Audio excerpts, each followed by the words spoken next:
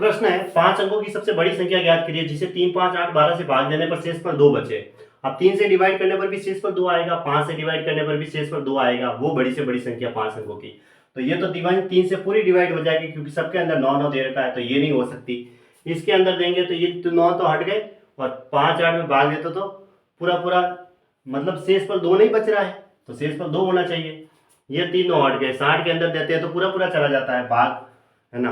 अब इसके अंदर देते हैं तो ये 9 तो हटा दो और इसके अंदर भी भाग चला गया 3 का 2 बार और लास्ट में शेष पर 2 बच रहा है, तो इसका मतलब ये सही है। तो ऑप्शन डी सही है, ऐसा लिख दो ऐसे, ऑप्शन डी सही है।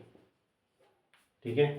अब नापने के 3 छड़े 54 सेंटीमीटर, 81 सेंटीमीटर, 108 सेंटीमीटर लंबी है, इनमें से किसी भी छड़ का प्रयोग करके कम से कम किस लंबाई का कपड़ा पूरा पूरा नापा जा सकता है। ठीक है।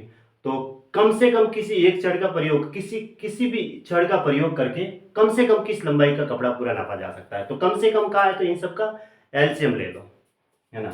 एलसीएम ले लो मतलब ये डिवाइड करेगी सबको, एक तो ये है। ठीक है।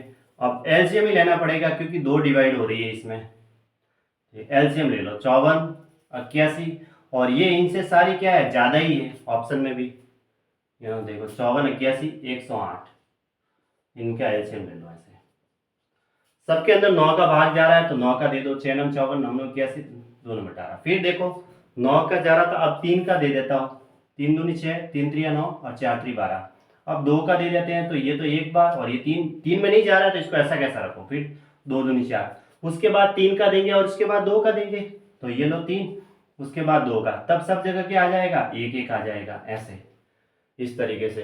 तो अब 3 दूनी 6 6 दूनी 12 12 36, 36 को 9 से गुणा कर दो ऐसे,